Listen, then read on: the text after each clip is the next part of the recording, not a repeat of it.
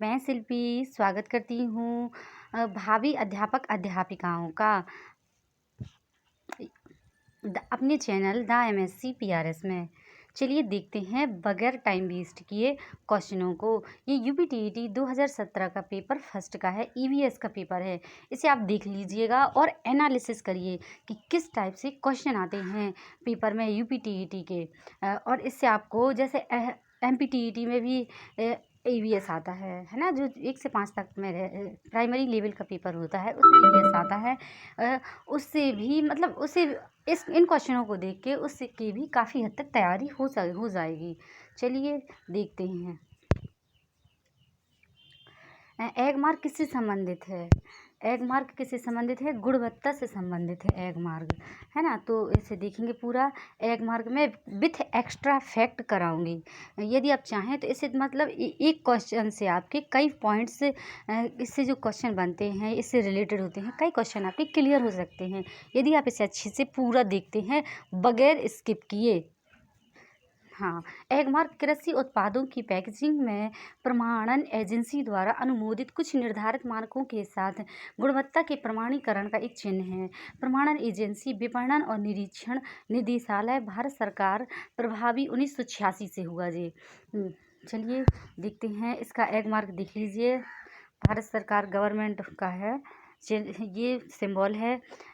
Arsenic युक्त जल प्रदूषण की समस्या अधिकतम कहाँ है? ये है पश्चिम बंगाल में। आर्सेनिक एक विषाक्त रसायन है जो भूजल को संदूषित करता है। पश्चिम बंगाल के 20 में से 9 जिलों में भूजल का आर्सेनिक प्रदूषण गंभीर समस्या बन गया है। यह त्वचा के कैंसर, अन्य गंभीर स्वास्थ्य मुद्दों का कारण बनता है। चलिए नेक्स्ट देखते हैं। वन्यजीव संरक्षण अधिनियम कब पारित किया गया? वन्यजीव संरक्षण अधिनियम किया गया 1972 में पारित। वन्यजीव संरक्षण अधिनियम 9 सितंबर 1972 को भारत की संसद द्वारा लागू किया गया था, जिससे कि पशुओं को शिकार से बचाया जा सके और पौधों की सभी प्रजातियों को संरक्षित किया जा सके। भारत सरकार द्वारा पारित अन्य महत्वपूर्ण पर्यावरण और जैव विविधता अधिनियम 2002 और पर्यावरण संरक्षण अधिनियम 1986, वायु प्रदूषण की रोकथाम और नियंत्रण अधिनियम 1981, वन संरक्षण अधिनियम 1980, जल रोकथाम और प्रदूषण नियंत्रण अधिनियम 1974। आप अच्छे से देख सकते हैं इसे, है ना। ये इसे पॉइंट को आप नोट कर लीजिए। इस टाइप से मतलब इससे कई क्वेश्चन बनेंगे आपके EVS में। चलिए देखते हैं नेक्स्ट। दूध से दही उत्पादन की प्रक्रिया को किस नाम से जाना जाता है? किस नाम से जाना जाता है? इसे जानता है किण्वन के नाम से जाना जाता है। दूध को दही में बदलने की प्रक्रिया, चलिए थोड़ा सा डिस्टर्ब हो गया है, कोई बात नहीं है। दूध को दही में बदलने की प्रक्रिया को किण्वन के रूप में जाना जाता है। दूध में कैसीन नामक एक प्रोटीन होता है और लैक्टिन अम्ल जीवाणु और कैसिन प्रोटीन के बीच रासायनिक प्रतिक्रिया से दही का निर्माण होता है। किण्वन प्रक्रिया के दौरान जीवाणु ऊर्जा उत्पन्न करने और लैक्टोज बनाने के लिए एक एंजाइम का उपयोग करते हैं। प्रकाश संश्लेषण यह वह एक प्रक्रिया है जिसके द्वारा पौधे क्या होता है, जिसके द्वारा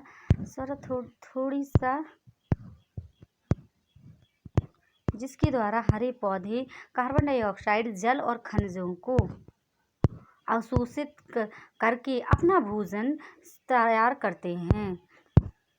और चलिए नेक्स्ट देखते हैं थोड़ा सा और है। आसवन क्या है? यह चयनित क्वेथन और संघनन का उपयोग करके एक तरल को परिष्कृत या शुद्ध करने की प्रक्रिया है। चलिए देखते हैं कीटाणु रोध शोधन क्या है? वह प्रक्रिया जिसमें हम जैविक एजेंटों के सभी रूपों जैसे जीवाणु, विषाणु और अन्य छोटे सूक्ष्म जीवों को समाप्त करते हैं या हटाते हैं, निष्क्रिय करते हैं। क्या है ये? कौन सी प्रक्रिया? कीटाणु शोधन है। आसवन क्या है? क्वेथन और संघनन का उपयोग करके एक तरल और तरल को परिष्कृत या शुद्ध किया जाता है। चलिए नेक्स्ट देखते हैं, मौलिक कर्तव्यों को किस देश के संविधान से अपनाया गया? किससे अपनाया गया है? ये अपनाया गया है यूएसएसआर, सोवियत संविधान यूएसएसआर। अब रूस ने निम्न का विचार किया: सभी नागरिकों के मौलिक कर्तव्य। संविधान की प्रस्तावना में सामाजिक, आर्थिक और राजनीतिक आधारों पर न्याय का आदर्श संविधान के अन्य भागों को अपनाया गया। जर्मनी के संविधान से हमने आपातकाल के दौरान मौलिक अधिकारों को निलंबन को अपनाया। यूनाइटेड किंगडम से या जिसे ब्रिटेन के संविधान के रूप में जाना जाता है, हमने संसदीय सरकार, विधि का नियम, विधायी प्रक्रिया, एकल नागरिकता, मंत्रिमंडलीय प्रणाली और परमाधिकार, प्रदेश, संसदीय विशेषाधिकार, द्विसदनीयता को अपनाया। यूएसए के संविधान से हमने राष्ट्रपति के महाभियोग, राष्ट्रपति और उपराष्ट्रपति के कार्यों, उच्च न्यायालय और सर्वोच्च न्यायालय के न्यायाधीशों को हटाना और मौलिक अधिकार, न्यायिक समीक्षा, न्यायपालिका की स्वतंत्रता और संविधान की प्रस्तावना को अपनाया। यूएसए के संविधान से, इसे आप देख सकते हैं, यूएसए से, जर्मनी से, यूनाइटेड किंगडम से क्या क्या संविधान से अपनाया गया है ना, अपने संविधान में लिया गया वहाँ से। इसे अच्छे से आप देख लीजिए, डिस्क्रिप्शन में है, एक तरह से कह सकते हैं विद सॉल्यूशन है। चलिए नेक्स्ट देखते हैं, ध्रुव तारा है। ध्रुव तारा क्या है? ध्रुव तारा उत्तरी तारा है। एक ध्रुव तारा या ध्रुवीय तारा पृथ्वी के उत्तरी ध्रुव का सबसे चमकीला तारा है। यह आकर्षण का केंद्र है और पूरा उत्तरी आकाश इसके चारों ओर घूमता है। अन्य प्रसिद्ध तारे जो पृथ्वी से दिखाई देते हैं वे इस प्रकार हैं: पोलरिस, जिससे उत्तरी तारा, ध्रुव तारा, मार्गदर्शक तारा के रूप में भी जाना जाता है। किसी पोलरिस को उत्तरी तारा, ध्रुव तारा, मार्गदर्शक तारा के रूप में भी जाना जाता है। पोलरिस को सीरियस, जिसे डॉग स्टार, बिग डॉग के रूप में भी जाना जाता है। अल्फा सेंटरी प्रणाली, जिसे रिगेल, कैंट, टॉयलमैन के रूप में जाना जाता है। दक्षिणी तारामंडल का सबसे चमकीला तारा है वेगा। यह उत्तरी गोलार्ध में एक चमकदार नीला तारा है। प्लेट्स, इसे 7 बहनें भी कहा जाता है। चलिए देखते हैं बगैर टाइम वेस्ट की नेक्स्ट, प्रोजेक्ट टाइगर भारत में कब प्रारंभ किया गया? प्रोजेक्ट टाइगर भारत 1973 में प्रारंभ किया गया। प्रोजेक्ट टाइगर 1973 में प्रधानमंत्री इंदिरा गांधी के कार्यकाल के दौरान भारत सरकार द्वारा प्रारंभ किया गया। इसे बंगाल टाइगर को आश्रय प्रदान करके और उन्हें विलुप्त होने से बचाते हुए उनकी जनसंख्या को बढ़ाने का लक्ष्य रखा गया। बंगाल टाइगर भारत का राष्ट्रीय पशु भी है। गंगा नदी डॉल्फिन भारत का राष्ट्रीय जलीय जीव है। चलिए नेक्स्ट देखते हैं, फूलों की घाटी क्या है? फूलों की घाटी कहाँ पे है स्थित है? उत्तराखंड में स्थित है। फूलों की घाटी उत्तराखंड के चमोली में स्थित एक राष्ट्रीय उद्यान है। यह विभिन्न प्रकार के फूलों और विभिन्न प्रकार की वनस्पतियों के लिए प्रसिद्ध है। यह यूनेस्को की विश्व धरोहर स्थल की सूची में आता है। चलिए नेक्स्ट देखते हैं, एक वयस्क मनुष्य में कितनी हड्डियां मौजूद होती हैं? एक वयस्क मनुष्य में 206 हड्डियां मौजूद होती हैं। हड्डियां कैल्शियम, फास्फोरस, सोडियम और अन्य खनिजों के साथ प्रोटीन, कोलेजन से बनी होती हैं। अन्य तथ्य क्या देखेंगे हम? मानव शरीर के पैर में 26 हड्डियां होती हैं। मानव शरीर के पैर में कितनी? 26 हड्डियां होती हैं। फीमर या जांघ की हड्डी मानव कंकाल की सबसे लंबी और सबसे मजबूत हड्डी है। स्टेपीज मध्य कान में पाई जाने वाली मानव शरीर की सबसे छोटी हड्डी है। चलिए देखते हैं नेक्स्ट, ग्रीन पीस इंटरनेशनल का मुख्यालय कहाँ है? कहाँ पे है? एम्स्टर्डम। अब यहाँ से संबंधित देख लेते हैं जो भी क्वेश्चन बन सकते हैं। ग्रीन पीस इंटरनेशनल पर्यावरण की सुरक्षा के लिए एक गैर सरकारी संगठन है। इसके 39 देशों में कार्यालय हैं और एम्स्टर्डम नीदरलैंड में मुख्यालय है। विश्व प्रकृति संगठन WNO ये निकाय हैं, है ना। संयुक्त राष्ट्र पर्यावरण कार्यक्रम, अंतर्राष्ट्रीय प्रकृति संरक्षण संघ IUCN, अंतर सरकारी जलवायु परिवर्तन पैनल, वैश्विक पर्यावरण सुविधा। चलिए नेक्स्ट देखते हैं, स्पीड से देख लेते हैं। प्रकाश संश्लेषण के प्रकाश चरण के दौरान का ऑक्सीकरण क्या है? ऑक्सीकरण होता है और का अपचयन होता है। किसका अपचयन होता है? किसका ऑक्सीकरण होता है प्रकाश संश्लेषण के दौरान और किसका अपचयन होता है इसे हम देखेंगे। किसका होता है? जल और NADP का होता है। इसे थोड़ा सा देख लेते हैं। प्रकाश संश्लेषण वह प्रक्रिया है जिसके द्वारा हरे पौधे सूर्य के प्रकाश की उपस्थिति में कार्बन डाइऑक्साइड, जल और खनिजों को अवशोषित करने के लिए अपना भोजन तैयार करते हैं। इस प्रक्रिया में जल वाष्पीकृत हो जाता है और NADP अपचयित हो जाता है। चलिए नेक्स्ट देखते हैं। बगैर टाइम अतिरिक्त जानकारी। ऑक्सीकरण, अपचयन। ऑक्सीकरण क्या है? किसी भी प्रतिक्रिया में यदि ऑक्सीजन को जोड़ा जाता है या हाइड्रोजन को हटाया जाता है या कोई तत्व इलेक्ट्रॉन खो देता है तो इस प्रकार की प्रतिक्रिया को ऑक्सीकरण प्रतिक्रिया के रूप में जाना जाता है। अपचयन क्या है? किसी भी प्रतिक्रिया में यदि हाइड्रोजन को जोड़ा जाता है या अपचयन को हटाया जाता है या कोई तत्व इलेक्ट्रॉन को प्राप्त करता है इस प्रकार की प्रतिक्रिया को अपचयन प्रतिक्रिया के रूप में जाना जाता है। LPG के लिए क्या सही नहीं है? LPG के लिए क्या सही नहीं है? यह मीथेन उत्सर्जक है, यह LPG के लिए सही नहीं है। LPG की विशेषता देखेंगे। सबसे पहले LPG क्या है? तो द्रवीकृत पेट्रोलियम गैस जिसे आमतौर पर LPG के रूप में जाना जाता है, प्राकृतिक गैस प्रसंस्करण और पेट्रोलियम शोधन का एक उत्पाद है। LPG की विशेषता है यह एक स्वच्छ ईंधन है, इसका उच्च कैलोरी मान है, यह नीली लौ के साथ जलता है, यह प्रोपेन और ब्यूटेन से बना है, यह आसानी से एक सिलेंडर या टैंकों में लाया जाता है, यह स्पार्क इग्निशन इंजन में पेट्रोल के लिए एक अच्छा विकल्प है। प्राकृतिक गैस मीथेन से बनी होती है। LPG एक प्राकृतिक गैस नहीं है, इसलिए मीथेन उत्सर्जक नहीं किया जा सकता। ऑरिजिन ऑफ स्पीसीज किसका कार्य है? किसका है? और चार्ल्स डार्विन का है। द पुस्तक द ओरिजिन ऑफ स्पीसीज विकासवादी जीव चार्ल्स डार्विन के पिता का एक काम है। अपनी पुस्तक में उन्होंने प्राकृतिक चयन द्वारा मूल्यांकन के सिद्धांत को लिखा और ऐसी प्रक्रिया को समय के साथ जीव में।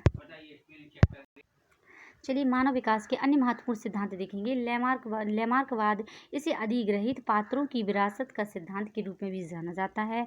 जीन बैप्टिस्ट की डी लैमार्क द्वारा प्रस्तावित किया गया था। उत्परिवर्तन का म्यूटेशन सिद्धांत क्या है? इसे प्रजाति विविधताएं और उनके मूल द्वारा उत्परिवर्तन के रूप में भी जाना जाता है। ये ह्यूगो डी वीस द्वारा प्रस्तावित किया गया। अतिरिक्त है अरिस्टोटल, एक यूनानी दार्शनिक ने शिक्षा के लिए सुझाव दिया। ग्रेगर मेंडल, आनुवंशिकी के पिता ने मटर के पौधों पर अपने प्रयोगों के आधार पर विरासत के सिद्धांत को प्रतिपादित किया। चलिए देखते हैं थोड़ा सा और। रॉबर्ट हुक, एक प्राकृतिक दार्शनिक ने मानव प्रकृति के एक यंत्रवत मॉडल का वर्णन किया। आप इसे अच्छे से देख लीजिएगा, पॉज करके भी देख सकते हैं और आप लिख भी सकते हैं, शॉर्ट नोट्स तैयार कर सकते हैं। चलिए देखते हैं मकर रेखा। मकर रेखा 23 सही 1/2 साउथ। मकर रेखा पृथ्वी के दक्षिणी गोलार्ध में भूमध्य रेखा से 23.5 S ऊपर है, जहां 21 दिसंबर को दोपहर के समय सूर्य सीधे सिर के ऊपर होता है। अब इसे आप पूरा देख सकते हैं। नॉर्थ पोल ट्रॉपिकल है ना, ये है साउथ पोल, इसे आप देख सकते हैं अच्छे से। ओके चलिए नेक्स्ट। अंतर्राष्ट्रीय न्यायालय का मुख्यालय कहाँ है? अंतर्राष्ट्रीय न्यायालय का मुख्यालय है हेग में। वर्तमान राष्ट्रपति कौन से हैं? अब अंतर्राष्ट्रीय न्यायालय का मुख्यालय विश्व न्यायालय की स्थापना 1945 में नीदरलैंड के हेग में की गई थी। यह अंतर्राष्ट्रीय कानूनी मुद्दों के बारे में देशों के विवादों का निपटारा करता है। वर्तमान राष्ट्रपति कौन से हैं? वर्तमान उपाध्यक्ष कौन से हैं? ये आप और आधिकारिक कामकाजी भाषाएं अंग्रेजी और फ्रेंच, इसे आप अच्छे से आप देख सकते हैं। अंतर्राष्ट्रीय न्यायालय के अभी भी शायद यही हैं अब्दुल कावी यूसुफ, इसे आप अच्छे से नेट में और अच्छे से चेक कर सकते हैं और अपना एनालिसिस करके लिख सकते हैं। वर्तमान उपाध्यक्ष कौन से हैं? जू हान क्विन। संविधान सभा ने हमारे राष्ट्रगान को कब अपनाया? संविधान सभा ने हमारे राष्ट्रगान को अपनाया 24 जनवरी 1950 को। संविधान सभा 24 जनवरी 1950 को भारत के राष्ट्रगान को अपनाया गया। इसे पहली बार 27 दिसंबर 1911 को INC भारतीय राष्ट्रीय कांग्रेस के कोलकाता अधिवेशन में गाया गया। रचित है, किसके द्वारा रचित है? कवि रविंद्रनाथ टैगोर के द्वारा रचित है। पुष्कर मेला कहाँ आयोजित होता है? पुष्कर मेला आयोजित होता है अजमेर में। पुष्कर मेला, अब इतनी सारी मेले, थोड़ा सा इसका विथ डिस्क्रिप्शन जो इससे क्वेश्चन बन सकते हैं इस टॉपिक से, इसमें लिखे हुए हैं, आप इसे अच्छे से देख सकते हैं। पुष्कर मेला भारत के सबसे बड़े मवेशी ऊंट मेलों में से एक है, जो राजस्थान के अजमेर जिले के पुष्कर शहर में आयोजित होता है। सोनपुर मेला सोनपुर बिहार में, हेमिस गोम्पा मेला लद्दाख में, कोलायत मेला कपिल मुनि मेला बीकानेर राजस्थान में, चंद्रभागा मेला भुवनेश्वर उड़ीसा में, और गंगा सागर मेला बंगाल की खाड़ी और पश्चिम बंगाल में। कौन सा है? गंगा सागर मेला बंगाल की खाड़ी और पश्चिम बंगाल में। चलिए नेक्स्ट देखते हैं। निम्नलिखित में से कौन सी पराबैंगनी किरणें अधिक खतरनाक होती हैं? कौन सी किरणें खतरनाक होती हैं? यूवीसी किरणें अधिक खतरनाक होती हैं। यूवीसी किरणें सबसे खतरनाक होती हैं क्योंकि ये त्वचा की दूसरी परत में घुस जाती हैं, त्वचा के कैंसर का कारण बनती हैं। तीनों प्रकार की यूवी किरणें इस प्रकार हैं। यूवीसी रेज है ना, तो 100 nm इसका वेवलेंथ होता है। यूवीवी रेज 290 nm होता है। यूवी रेज 300 nm होता है। निम्नलिखित में से कौन सा जीवमंडल एक अजैविक घटक नहीं है? एक अजैविक घटक नहीं है जीवमंडल। क्या है? कवक एक अजैविक घटक नहीं है। इसे आप जैविक घटक, अजैविक घटक, इसमें एग्जाम्पल भी दिए, इसे आप पढ़िएगा और अच्छे से समझ सकते हैं और देख सकते हैं। चलिए देखते हैं। गिर परियोजना कहाँ स्थित है? गिर परियोजना है कहाँ पे है? गुजरात में। गिर परियोजना गिर शेर परियोजना भारत सरकार की एक पहल है जो एशियाई शेरों की जनसंख्या बढ़ाने, उन्हें लुप्त होने से बचाने के लिए प्राकृतिक आवास मुहैया कराने के लिए यह गुजरात में गिर वन राष्ट्रीय उद्यान में पाया जाता है। WWF का पूर्ण रूप क्या है? क्या है? विश्व वन्यजीव कोष WWF का पूर्ण रूप है लुप्त, और यह अंतर्राष्ट्रीय गैर सरकारी संगठन है। WWF जो पृथ्वी पर जीवन की विविधता एवं प्रकृति के भविष्य के संरक्षण के लिए कार्य करता है। यह लुप्त प्राय प्रजातियों और पर्यावरण के संरक्षण पर जोर देता है। गंगा से नदी कौन सी निकलती है? गंगा कहाँ से निकलती है? गंगोत्री हिमनद से निकलती है। यह दो देशों भारत और बांग्लादेश से होकर गुजरती है। और गंगा की सहायक नदियाँ रामगंगा, गोमती, घाघरा, गंडक, बुरी गंडक, महानंदा, यमुना, तमसा, सोन और पुनपुन, ये क्या है? गंगा नदी की सहायक नदियाँ हैं। नेक्स्ट देखते हैं। निम्नलिखित में से कौन सी एजेंसी मुख्य रूप से भारत में प्रदूषण की माप से संबंधित है? किससे है? केंद्रीय प्रदूषण नियंत्रण बोर्ड से संबंधित है। राष्ट्रीय, इस अतिरिक्त जानकारी देखेंगे। केंद्रीय प्रदूषण नियंत्रण बोर्ड CPCB मुख्य रूप से भारत में प्रदूषण की माप से संबंधित है। यह एक सरकारी संगठन है। केंद्रीय प्रदूषण नियंत्रण क्या है? एक सरकारी संगठन है जो पर्यावरण, वन, जलवायु परिवर्तन मंत्रालय के अंतर्गत आता है।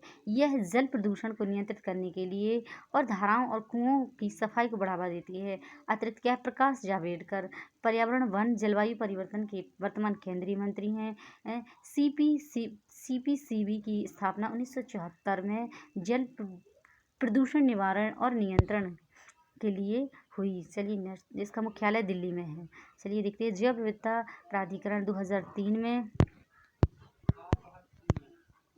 मुख्यालय कहाँ पे है? चेन्नई में। जैव विविधता प्राधिकरण मुख्यालय चेन्नई में है। राष्ट्रीय बांध संरक्षण प्राधिकरण 2005 कहाँ पे है? दिल्ली में है। कहाँ पे है? दिल्ली में है। यह टाइगर संरक्षण के लिए एक वातावरण बनाए। जैव विविधता अधिनियम 2002 का कार्यान्वयन है। चलिए और देखते हैं थोड़ा सा। भारत का पशु कल्याण बोर्ड 1962 में स्थापित हुआ। चेन्नई मुख्यालय। देखिए इतनी सारी, यदि आप इसे देखेंगे तो डिस्क्रिप्शन में अच्छे से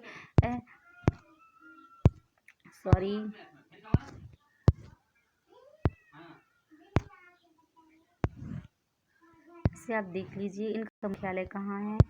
और ये कौन से केंद्रीय जल आयोग 1952 में, भारतीय सर्वेक्षण 1967 में, नेशनल ग्रीन ट्रिब्यूनल 2010 और forest survey of India 1981, Bharat का पशु कल्याण बोर्ड 1962। इसे आप अच्छे से देख सकते हैं।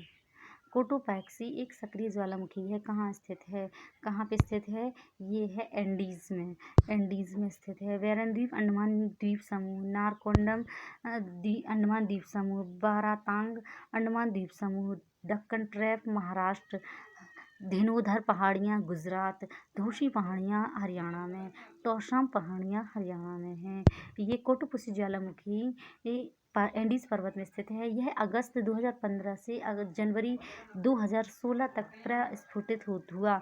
यह विश्व की सबसे बड़ी पर्वत श्रृंखला है जो दक्षिणी अमेरिका में फैली हुई है तथा Colombia, Ecuador, Peru, Bolivia, Argentina, Chile से होकर गुजरती है।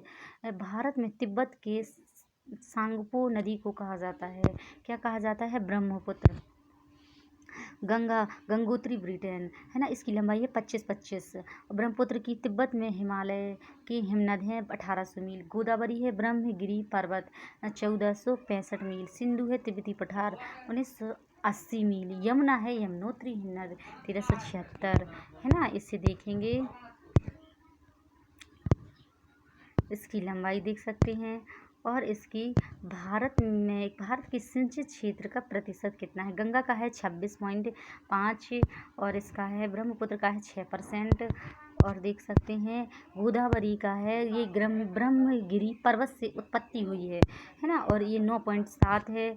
तिब्बती सिंधु का है तिब्बती पठार 1980 का 5% है। और यमुनोत्री 1376 7% भारत के सिंचित क्षेत्र का प्रतिशत है। ओके, चलिए अब नेक्स्ट देखते हैं। चारागाह है पारिस्थितिकी तंत्र की एक खाद्य श्रृंखला में शीर्ष उपभोक्ता कौन सा है। चारागाह पारिस्थितिकी में कौन सा है, ये है मांस भक्षी। चारागाह पारिस्थितिकी तंत्र में एक खाद्य श्रृंखला में शीर्ष उपभोक्ता है मांस भक्षी। उत्पादक है ऐसी प्रजातियां जो प्रकृति में अपना भोजन बनाती हैं, अपना भोजन स्वयं बनाती हैं। पौधे घास, तृण भक्षी केवल हरी सब्जियों और पौधों का उपभोग करते जो पूरी तरह से पृथ्वी पर निर्भर होते हैं। बकरी, खरगोश मांस है, ये मुख्य रूप से माध्यमिक उपभोक्ताओं जैसे कि खरगोश, बकरी आदि को उपभोग करते हैं। शेरबाग सर्वभक्षी, ये उपभोक्ता पौधे और मांस दोनों को खाते हैं। सर्वभक्षी भालू और सुअर। अपघटक एक जीव जो मृत पदार्थों और अपशिष्ट उत्पादों को अपघटन के माध्यम से तोड़ता है, उसे कहते हैं जीवाणु और कवक। पृथ्वी की सतह के पास की मुख्य वायुमंडलीय परत कौन सी है, पास की कौन सी है, यह है क्षोभ मंडल। हाँ, क्या है, वायु का लगभग 75% भाग है। वायुमंडल में कुल वायु का 75% भाग होता है। वायुमंडल की परतें होती हैं। क्षोभमंडल पृथ्वी के वायुमंडल का सबसे निचला भाग है ना, जिसमें सभी उष्णकटिबंधीय परिवर्तन होते हैं। इसे आप अच्छे से देख सकते हैं कौन सी परत कहाँ पे है। सबसे ऊपर है एक्सोस्फीयर, थर्मोस्फीयर, मीजोस्फीयर है ना, और इसका लेवल देख सकते हैं। और स्ट्रेटोस्फियर और ट्रोपोस्फियर अच्छे से देख सकते हैं कितना हाइज है ना। तो ओके, संयुक्त राष्ट्र सुरक्षा परिषद के स्थायी सदस्यों की संख्या है कितनी है, 5। संयुक्त राष्ट्र परिषद के अस्थायी सदस्यों की संख्या 5 है। संयुक्त राष्ट्र का मुख्यालय न्यूयॉर्क संयुक्त राज्य अमेरिका में है। इसे 24 अक्टूबर 1945 में स्थापित किया गया। 15 सदस्य। इसे थोड़ा सा और देख लेते हैं। संयुक्त राष्ट्र सुरक्षा परिषद संयुक्त राष्ट्र का भाग है जिसका मुख्य उद्देश्य शांति और सुरक्षा बनाए रखना है। इसमें 15 सदस्य हैं जिसमें से 5 स्थायी होते हैं जबकि 10 अस्थायी सदस्य हैं। स्थायी सदस्य हैं चीन, रूसी संघ, France, America, United kingdom. Sariska राष्ट्रीय उद्यान कहाँ है, गुजरात में। कहाँ पे, सॉरी, राजस्थान में।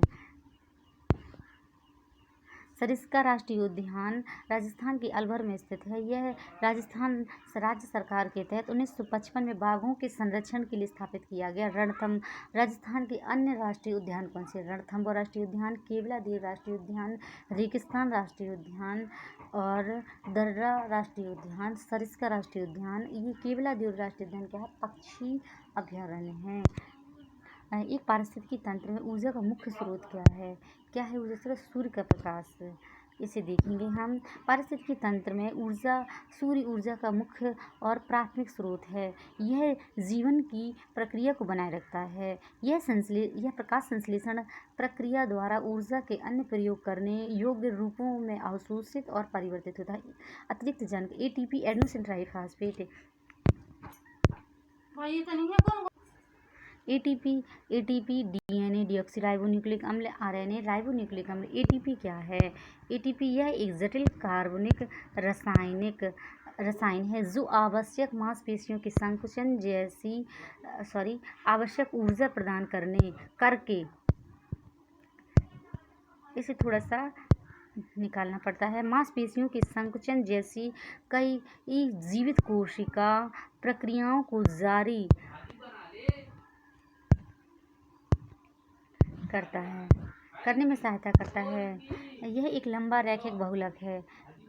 न्यूक्लिक RNA यह एक न्यूक्लिक अम्ल का अणु भी है जो DNA के लगभग समान है। इस तथ्य के इसमें डीऑक्सीराइबोज के बजाय राइबोसोम है। चलिए इसमें बहुत अधिक इसे आप अच्छे से देख लीजिएगा, बहुत अधिक टाइम लग जाएगा। Okay, bye bye, take care. पढ़ते रहिए। और मैंने पूरा पेपर दिखा दिया है, जो डिस्क्रिप्शन में थोड़ा थोड़ा है मैंने अच्छे से नहीं उन्हें बताया है, लेकिन फिर भी यदि आप चाहें तो देख के लिख सकते हैं। और जो भी इससे क्वेश्चन बनेंगे इसमें लिखे हैं अतिरिक्त के। Okay, bye bye, take care.